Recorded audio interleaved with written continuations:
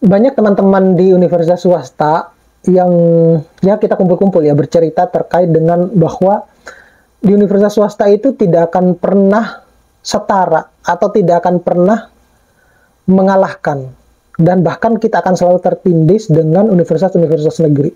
Mau tahu lebih jelas apa sajakah itu? Ayo kita bahas lebih dalam.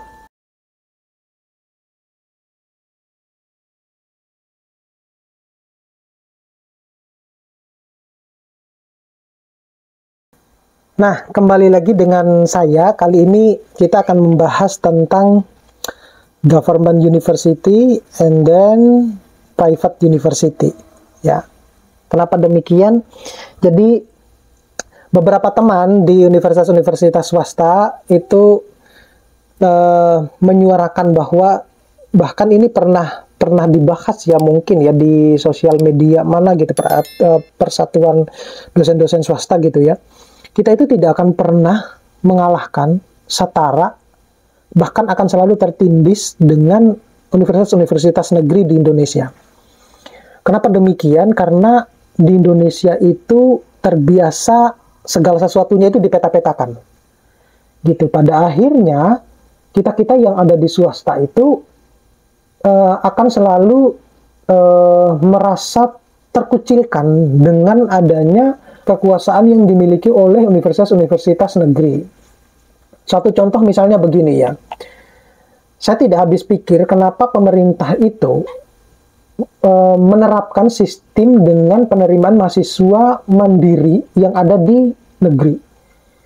Itu secara garis besar, itu secara sepihak sudah memutuskan ya, atau sudah menghalangi universitas swasta itu untuk mendapatkan mahasiswa. Kenapa demikian? Karena kita ketahui bahwa universitas swasta itu jumlahnya lebih banyak dibandingkan universitas negeri yang ada di Indonesia. Ketika negeri itu menerapkan sistem penerimaan mahasiswa baru dengan sistem mandiri ya, penerimaan mandiri itu, maka mahasiswa swasta itu tidak lagi memiliki kesempatan yang besar untuk mendapatkan mahasiswa dari jalur setelah mahasiswa-mahasiswa yang tidak lulus dalam SBMPTN atau apalah itu, yang tadinya itu mendapatkan kesempatan kalau misalnya mahasiswa tersebut tidak lulus, calon mahasiswa tidak lulus di SBMPTN itu kan berarti kalau tidak ada jalur mandiri berarti pelariannya kan pasti ke swasta gitu. Dan kita ketahui betul bahwa di swasta itu hidup dari SPP-nya mahasiswa gitu. Jadi dosen-dosen dibayar oleh SPP-nya mahasiswa. Tidak semua swasta itu memiliki memiliki penghasilan di luar dari SPP mahasiswa. Tidak semua swasta. Oleh karena itu, kalau kebijakan pemerintah ataupun kebijakan universitas negeri tetap mengadakan penerimaan mahasiswa secara mandiri, maka sampai kiamat pun swasta ya akan tetap tertindas gitu. Tidak akan satu kontribusinya terhadap misalnya mulai dari publikasi itu akan semakin berkurang begitu, karena itu dipeta-petakan gitu loh ya. Kita ketahui bahwa swasta itu hidup karena SPP mahasiswa, beli alat untuk praktikum dan bahan dan lain-lain itu dari SPP mahasiswa. Kita tidak pernah mendapatkan bantuan ya dari pemerintah pusat ya untuk mendapatkan fasilitas-fasilitas laboratorium yang canggih layaknya seperti universitas-universitas negeri. Makanya jangan kaget kalau pada akhirnya produktivitas yang ada di swasta itu kecil karena tidak didukung dengan fasilitas yang mumpuni gitu. Dengan adanya sistem penerimaan mahasiswa baru secara jalur mandiri yang secara notabene itu adalah sudah membuat universitas swasta itu terkucilkan, karena begini, pola pikir masyarakat di Indonesia itu ketika anak-anaknya lulus dari SMA dan akan melanjutkan ke universitas itu adalah mereka selalu menembak yang universitas negeri dulu gitu.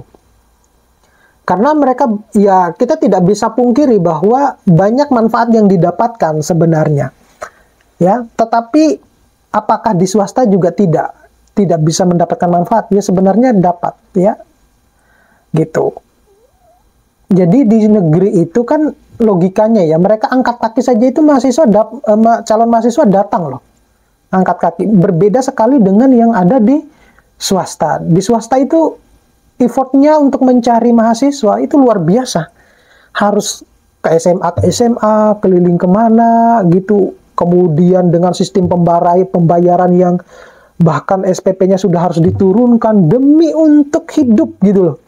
Sedangkan pemerintah itu lebih banyak memberikan bantuan ya, yang setahu saya ya, dan ini juga teman-teman juga yang lain yang ketika ngobrol sama saya itu mereka lebih banyak mendapatkan bantuan juga dari pemerintah gitu loh, padahal swasta itu juga bagian dari negeri Indonesia gitu, Kesatuan Republik Indonesia. Jadi makanya kalau misalnya kebijakan tersebut tetap masih ada, ya swasta tidak akan pernah berdiri dengan tegak, percaya diri, karena ya itu tadi, semestinya mahasiswa itu yang sudah tidak lulus SBMPTN itu bisa lari ke swasta, mereka masih nunggu dengan jalur yang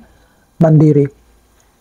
Nah itu yang sedikit menghalangi. Itu bahkan ketika saya ngobrol sama teman-teman negeri ya, teman-teman dosen negeri itu, mereka juga sangat menyayangkan. Karena kenapa demikian?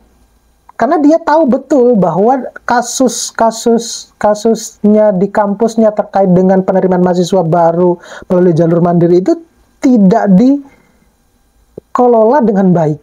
Ya, yang pada akhirnya banyak kan, ada beberapa kasus yang terjadi di tahun 2022 akhir itu ya, salah satu rektor ketangkap. Nah itu baru satu universitas loh, belum yang universitas-universitas yang lain.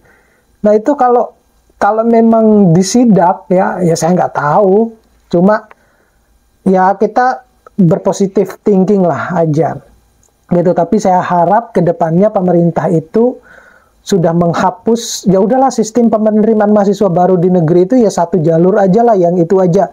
Karena kita kan nunggu ya, nunggu buangan dari calon-calon mahasiswa yang tidak lulus SBMPTN dan yang jalur mandiri, baru kita itu mungut-mungutin mereka, kasihan juga ya gitu.